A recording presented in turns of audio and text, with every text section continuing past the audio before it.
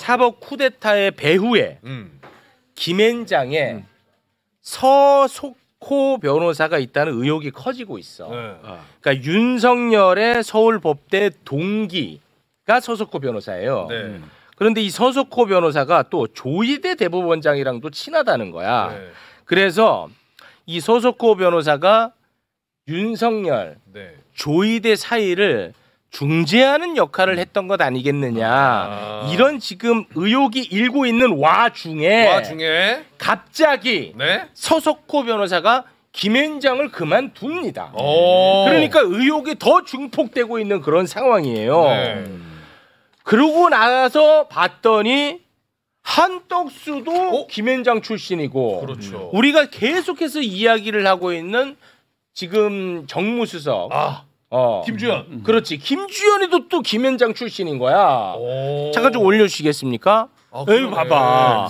서석구 김앤장, 김주현 김앤장, 한떡수 김앤장. 야, 이거 뭔가 좀 진짜 연결고리 있는 것 아니야? 왜 갑자기 서석구 이름 등장하자마자 서석구 그만뒀을까? 그러니까요. 김앤장에서 꼬리 자르기 하는 거 아니야? 이런 의혹이 아주 지금 강하게 일고 있습니다. 근데 아까 얘기를 들어보니까 국회에서 서석호를 부른다고 하네요. 관련해서 이상호 기자님과 함께 이야기 나누겠습니다. 박수로 맞이합니다. 어서오세요. 안녕하세요. 아유, 오랜만에 뵙겠습니다. 보고 싶었어요, 최욱 씨. 머리 많이 길었네요. 팬입니다. 너무 좋아요. 고맙습니다. 진즉 좀 불러주시지. 바쁘시니까. 저희도 방송이 있거든요. 그렇죠. 그건 이제. 자, 왜 이분은 또 누구신데 갑자기? 신용환 교수님. 아니 앉아 계세요. 앉아 계세요. 어차피 뭐 빈자리인데 앉으셔도 네네네. 자, 이제 두 분이 마음껏 좀 말씀을 좀 부탁드리겠습니다.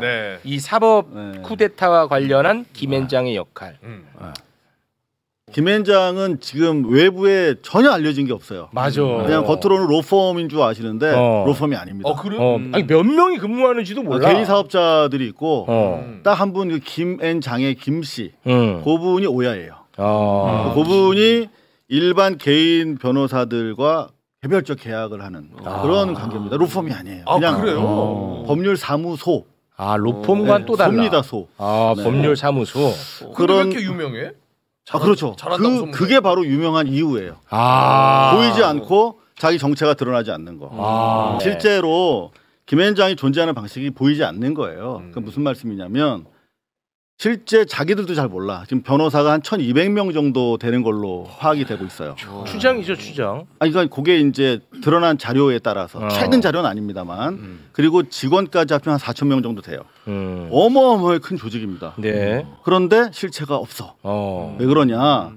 작동 방식이 프로젝트 방식이에요. 그러니까 이게 일반 로펌 같은 데 보면 태평양, 율촌 이런 데 보시면 부서가 딱 정해져 있어요. 파트 섹션이 정해져 있어.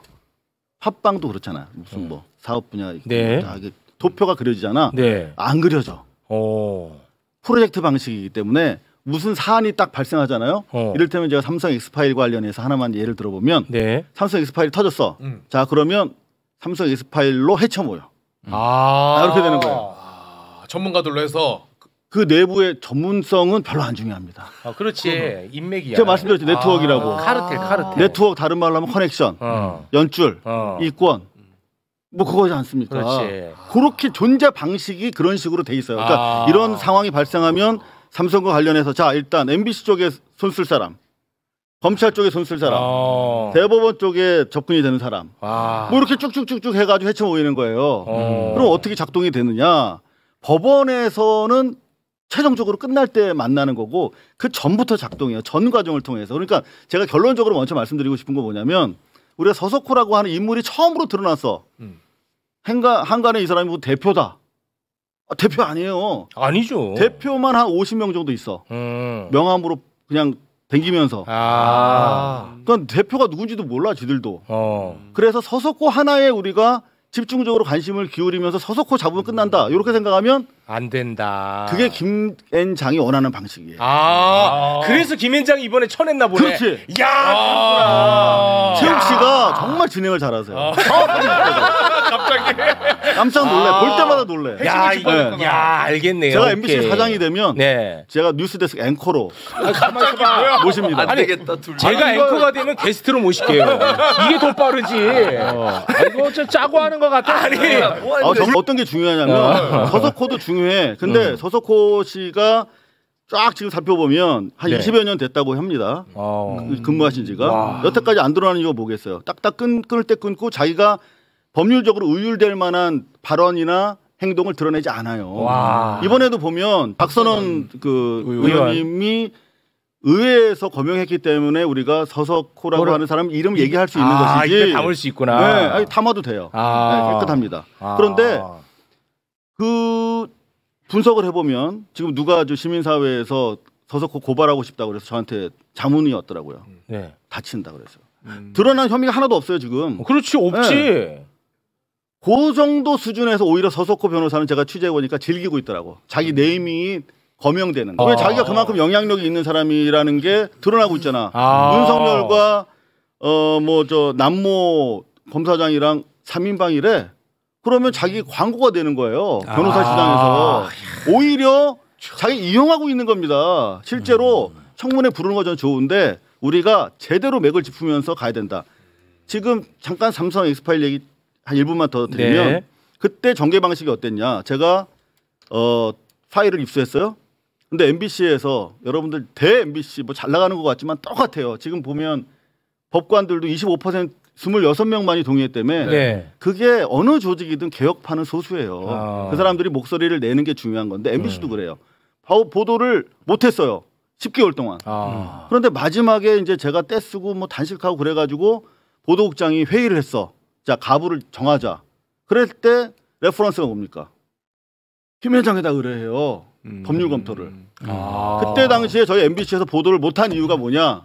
김현장에서 이건 독수독가고 이거는 통비법 위반이고 해가지고 김현장이 막아서 못한 거예요. 그러니까 그런 식으로 사전에 이런 그 법률 검토 시장이라는 게 있습니다. 그게 단가가 세요. 그런 데서 일단 제압을 하고 그런데도 이제 삐질삐질 뭐 봉지욱이나 뭐 그런 장인수나 그런 뭐 저 후배들이 계시지 않습니까? 그래서 어떻게든 막 또 하겠다고 덤벼. 그때부터 이제 언론 플레이라든가 조직을 쫙 동원합니다. 그게 김현장이에요. 그 프로젝트 팀. 그래서 김현장에 대해서 이번에 만약에 청문회를 지금 하신다고 하니까 14일 날 중요한 거는 서석호 찔러봤자 나올 게 없습니다. 그 사람이 자기가 흠잡힐 사안이거나 뭐 자기 범죄를 혐의를 시인한다면 나올 리가 있겠습니까? 김주현이 이 드러난 상황에서 우리가 혐의를 입증할 수 있는 그나마 드러난 가장 중요한 네트워크의 중간 책임자예요. 김주현이? 왜 김주현 민정수석? 네. 바로 직전까지 총선 이후에 불러들여오기 전까지 그 사람이 김현장이 있었잖아요. 그렇습니다. 다시 한번 좀 띄워주시죠. 네. 자, 그리고 한독수 김현장이 있었고 네, 한독수를 보면 알아요. 그리고 모든 사람들이 그래요. 띄엄띄엄 있어. 파선으로 존재합니다. 그러니까 김현장이 있다가 정부 갔다가 소위 말하는 회전문 인사라고 하는데 그렇지. 정부 갔다가 또 김현장 일 보다가 나오면 또 김현장 하는 거야. 그러니까 김주현 민정수석은 현재 김현장 소속으로 용산에 파견 나가 있다고 보는 게 맞아요. 파견 나가 있다. 야, 진짜 무서운 표현이다. 괜찮았나요? 아니, 무서운 표현이야. 자, 그래서 어떻게 이거 접근해야 되냐? 당장 네트워크 커넥션, 연줄 뭐 이런 개념으로 접근한다면 김주현은 지금 자기 어떤 네트워크가 작동했습니까? 당장 검찰에 김용현이 부를 때 김용현이가 갈까 말까 그러니까 윤석열이 민정수석이랑 김현장 파견 직원이랑 상의해. 네. 그래서 상의해가지고 심우정이가 이렇게 해가지고 어레인지해서 가르마 타고 부른 거 아닙니까? 맞습니다. 네. 그러니까 최초 수사 내란 최초 수사부터 김주현이 오케스트레이팅 한 거예요. 지휘를 한 겁니다. 그럴 수 진짜 그런 영어를 많이 요새 무슨 토익 준비하시나 보네. 영어를 많이 쓰시네. 미국 박사님 계시니까 기회 안 죽으려고. 한국 박사니까. 자, 일단 검찰 조직 지휘했죠. 그다음에 대법원도 다 그 라인이라고 보시면 됩니다. 왜? 전관 예우만 알지 우리 후관 예우는 잘 모르잖아. 후관 예우가 뭐예요? 후자 들어가면 약간 좀 화장실 쪽으로 생각하시는데 그게 아니라 전관 예우는 있던 사람이 나가면 대우받는 거죠. 그렇죠. 네. 근데 이건 뭐냐? 후관 예우는 김현장에 있던 사람들이 나가 법원으로 들어오는 거예요. 법원이나 공직이. 전관이랑 달라. 후관. 내가 자리에 들어와서 김현장을 봐주는. 그렇지. 그래 실제로 후관이요. 어떤 재판이 가능하냐면 만약에 현대차 지난번에 하청 관련해서 노동자 지위 소송이 있었거든요. 재판부 3명 중에 2명이 김현장 출신 판사야. 와. 근데 이 소송을 대리하는 사측의 변호사도 김현장이야. 그리고 심지어 김현장은 얼마나 편하냐면 로펌이 아니잖아요. 그러면 그 상대방 원고나 피고가 동일 로펌이면 안 되거든 원래. 네. 그렇지. 그걸 뭐라고 그래요 전문용어로? 그런 전문용어 이해 충돌이겠죠. 그리고 뭐 이중소송이라고나 그 전문용어 있잖아. 이거 아는 사람이 한 명도 없는데 한 명도 없어요. 다 집에 갔어요. 아까. 네. 원래 그렇게 하면 안 되잖아. 야, 그런데 그래. 이거 가능한 거야. 와, 최근까지 가능했어. 김현장은. 김현장. 김현장이 로펌이 아니라 개별 사업자니까. 와. 그러니까 대한민국 사법의 악에 취하시며 열매가 바로 김현장이다. 그래서 방금 말씀드린 로펌이 아닌데 일단 검찰, 법원 그리고 용산을 장악하고 있는 거잖아요. 그래서 일단 드러난 것만으로도 김주현은 사실 당장 수사해야 되는 사람이니까 김주현 위주로 하되 김현장에 대해서는 이번에 실체를 드러내서 뽕을 뽑아야 됩니다. 이게 안 되면 정말 개혁이 안 돼요. 야 확실히 이 경륜이 진짜 어마어마하시네. 아니 이거 맥을 정확하게 짚고 계시네. 다들 지금 뭐 그나마도 김현장 다루는 데가 없어요. 언론사는 거의 없죠. 없는데 그나마도 다루는 데는 서석호에 다 꽂혀 있다고. 야, 그 맥을 딱 짚어주시네. 그게 김현장이 원하는 거다. 그 원하는 거야. 가장 원하는 거. 서석호 변호사도 원하는 거야. 서석호도 원하고 윈윈이야 심지어. 네네. 그러니까 김현장에서는 걔만 똑 떼내고 서석호는 떨어진 김에 이땐 나는 몸집 키우고. 네네. 그럼 김현장이랑 서석호는 그런 여론 보면서 아이고 저 바보들 즐기는 이러고 있는 거네. 즐기면서. 와 진짜 무섭다. 근데 얘기 들어보니까 진짜 솔직히 좀 무서워. 괴롭네요. 이거는 제가 어떻게 손을 봐야 될지도 모르겠네. 좋은 질문입니다. 이런 거 괜찮지 않습니까? 누가 봐도 별 질문 아니거든. 야 이거는 이제 그 해법으로 나가야지. 해법으로 가야지. 해법. 그럼. 네. 해법. 근데 사실 제가 30년 동안 기자질을 하면서 이런저런 거 다 탐사를 다 해봤는데 유일하게 제가 도달하지 못한 게 김현장에 대한 보도예요. 그래요. 실제로 한번 검색해 보세요. 대한민국 지금 73년부터 김현장이 존립을 했는데 한 50년 됐죠? 김 변호사 그분이 만들어서 지금까지 오고 있어. 2세 체제로 넘어가느냐 마느냐 지금 요 단계인데 2세 체제로 못 넘어가고 여기서 해산되도록 만들어줘야 됩니다. 우리가 도와줘야 돼요. 근데 실제로 아무리 검색해 보셔도 한 10건도 안 될 겁니다. 김현장의 실체를 드러내거나 고발한 건 그나마 없어요. 지금 사실 김현장이 요 방송도 모니터하고 있습니다. 왜? 소송하려고. 아니 난 소송하려고 당연히 할 네. 거라고 봐. 당연히 모니터하고 당연히 있어요. 자기들 관계된 보도는 다 한다. 소송하려고? 제가 지금 듣고 있어요. 그래서 내가 무슨 말했는지 계속 생각하게 되네. 계속 잠깐만. 전혀 깔끔하게 진행하겠어요. 깔끔했어요. 네, 문제 없습니다. 네. 만약에 책임이 있다면 모두 다 저의 책임입니다. 이런 거 멋있지 않습니까? 아니 근데 갑자기 궁금해진 게 김현장인데 김모 씨라는 분이 대표라며요. 네네. 장은 누구예요 그러면? 장 씨가 또 계세요. 근데 그분은 동업자예요? 장 씨, 뭐 김 씨, 뭐 권 씨 뭐 이렇게 있는데 가장 주축이 되는 게 두 사람. 김 씨와 장 씨인데 김 씨가 주로. 장 씨는 잘 안 드러나 있나 네네네. 보군요. 그 알고 봤더니 리더십이 장 씨는 또 없을 수도 있어.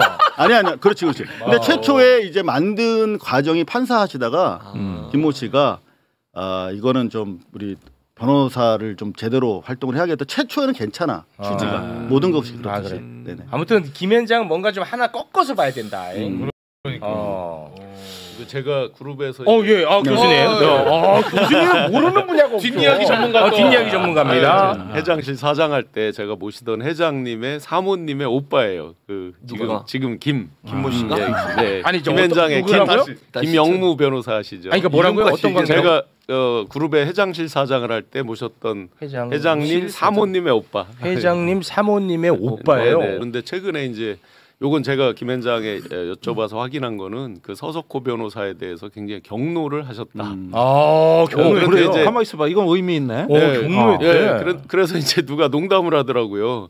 기획한 거에 경로를 한 거냐, 들킨 거에 경로를 한 거냐. 네, 그거까지는 제가 더 자세히 좀 물어보겠습니다. 후자일 가능성이 높지 않을까요? 네. 들킨 거?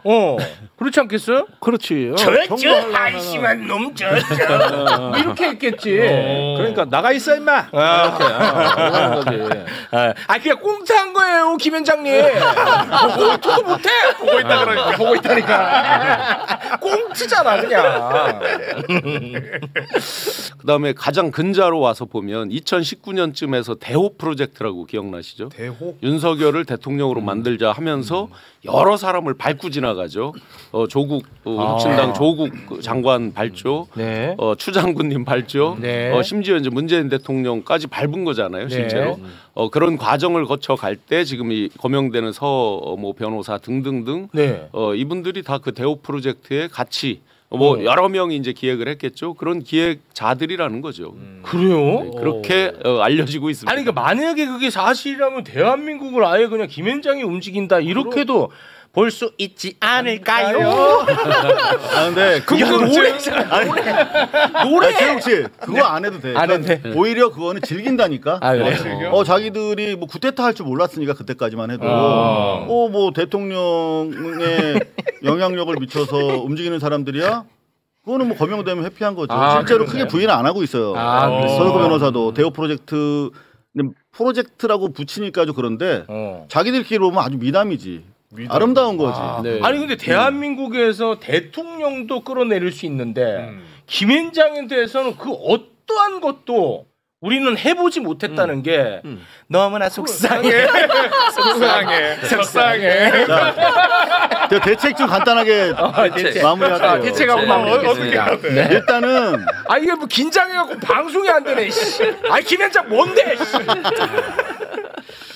오히려 이런 게 더 위험해요. 먹인 뭐야? 김현장 뭐야?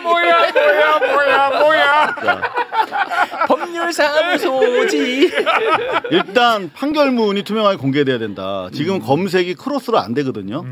그래서 김현장 이렇게 검색하면 안 돼요. 그러니까 변호사, 검사 실명으로 검색이 가능해져야 돼요. 그러면 이 재판에 누가 개입됐고 재판관은 누구였고 서로 어떤 관계였고 하는 것들이 다 드러나야 돼요. 드러날 수 있구나. 근데 실제로 지금 조이대 같은 경우에 따님이 막걸리 좋아하세요? 아니요. 지평 막걸리 유명한데? 로펌에 계세요. 막걸리랑 관련 없잖아. 이름이 똑같잖아. 진짜 뭐 이렇게 가볍게 해. 그 자꾸 꼰대 소리 듣지 마시고. 아니 외워야 되니까 우리가 시험에 날지 모른단 말이야. 남잖아. 남네. 지평 로펌. 지평 로펌. 아들 딸이 있고 사위도 지평에 있어. 근데 지평에서 한화 에어로 뭐 이런 사건들이 법원에 갔잖아 지금. 이를테면 뭐 유상증자하고 이런 거. 그 이전에도 뭐 M&A 관련된 것들이 뭐 있어요. 있고 명태균에도 나오고 있어요. 네. 그런 사건들을 조이대가 했을까 안 했을까? 이거 제척돼야 되고 스스로 회피해야 되는데 그 뭐 인터뷰한 거 보면 자기는 뭐 회피 안 한다 이런 얘기도 했더라고요. 다 따져봐야 돼. 그래. 그리고 뭐 당장 보면은 진은정 한동훈 와이프도 지금 김현장에 계시거든요. 그래요? 몰랐어요? 박진도 한덕수도 김은혜 남편도 뭐 다 그 김현장이에요. 그러니까 김은혜 남편이 김현장이에요. 네, 김씨 아니지만 여하튼 김현장이 있어요. 다 김현장 들어가네. 그러니까 이게 하려면 제대로 한번 해야 그래야 사법개혁이 정말 됩니다. 전관 예우, 후관 예우 다 드러내야 된다. 일단 판결문 투명하게 공개해야 되고 판사 임용도 지금 그 법조 10년 경력이 있으면 판사로 뽑아줘요. 네. 그래서 특히 김현장이 제일 많이 들어가 판사로. 그건 문제야. 그러면 이 사람들이 내가 김현장 출신으로 판사하고 있는데 김현장 변호사가 막 해. 그럼 나 어차피 또 김현장 가야 되는데. 신경 쓰지 다. 그러겠죠. 네, 그런 부분에서 지난 정권에서 법조 경력 10년을 5년으로 줄이자라고 국임당에서 막 추진했었잖아요. 그런데 그거를 민주당이 막긴 막았는데 계속 이런 식으로 하고 있고 김현장뿐만이 아니라 로펌 다 합쳐서 100명이면 3, 40명이 다 5대 로펌이 들어온단 말이야. 다 같은 한 통속이라고 보면 되거든요. 그런 측면에서 이번에 동력이 처음으로 지금 확보가 된 상태니까 그건 맞는데 민주당이 잘 해나가야 된다고 생각합니다. 그건 맞는데 이게 쉽지는 않겠다. 또 듣고 보니까 야 이번 기회에 사법개혁 제대로 하자 막 이렇게 했는데 막상 또 실제로 하기는 어렵네. 일단 그 합법이라고 하는 외표를 두르고 있고 더구나 가장 문제되는 게 한덕수 같은 경우에 김현장이 되게 오래 있었고 회의 4번 참가하는 비용으로 20억인가 받았다라는 보도도 나왔었잖아요. 네. 그렇죠. 그게 사실은 일반인이 하면 다 변호사법 위반이야. 근데 변호사들이 전 행정 관료를 고용해서 그런 식으로 로비를 하면 합법이야. 그런 문제도 우리가 차지해 좀 바로 잡아야 된다. 살 길이 멀어요. 너무 멀다. 너무 우리가 사법개혁하면 주로 검찰개혁만 떠올리거든. 네. 근데 그거보다 더 나가서 법원개혁, 법조 전체 생태계 그렇습니다. 여기까지 연결되니까 끝이 없어. 아니 검찰이 아무리 쓰레기라도 사법부만 제대로 서 있으면 문제될 거 없거든. 바로 잡을 수 있지. 그런데 뭐 이번에 보니까 그거는 뭐 요원합니다. 하지만 우리가 또 이번 기회에 야 요런 것도 있구나 하는 걸 알게 된 거. 그러니까 이거는 일단 의미가 있는 것 같습니다. 사실 저도 어려워서 안 들여다보고 있었는데 오늘 좀 제대로 알게 됐네요. 이상호 기자님이 아주 또 큰 역할을 해주고 계십니다. 자 우리 이상호 기자님 정말 그러니까 지금 우리가 좀 뭐 이따가 나오는 봉지욱이라든지 그다음에 그 장인수 뭐 이런 뭐 이명수 이런 기자분들 굉장히 유명하잖아요. 네. 괴짜 기자로. 그 전신이 이상호 기자였어요. 완전 괴짜 기자라고 해가지고 저거 아이고 저거 뭐라고. 자 우리 이상호 기자님과는 여기서 인사 나누겠습니다. 대단히 고맙습니다. 고맙습니다. 수고하셨어요.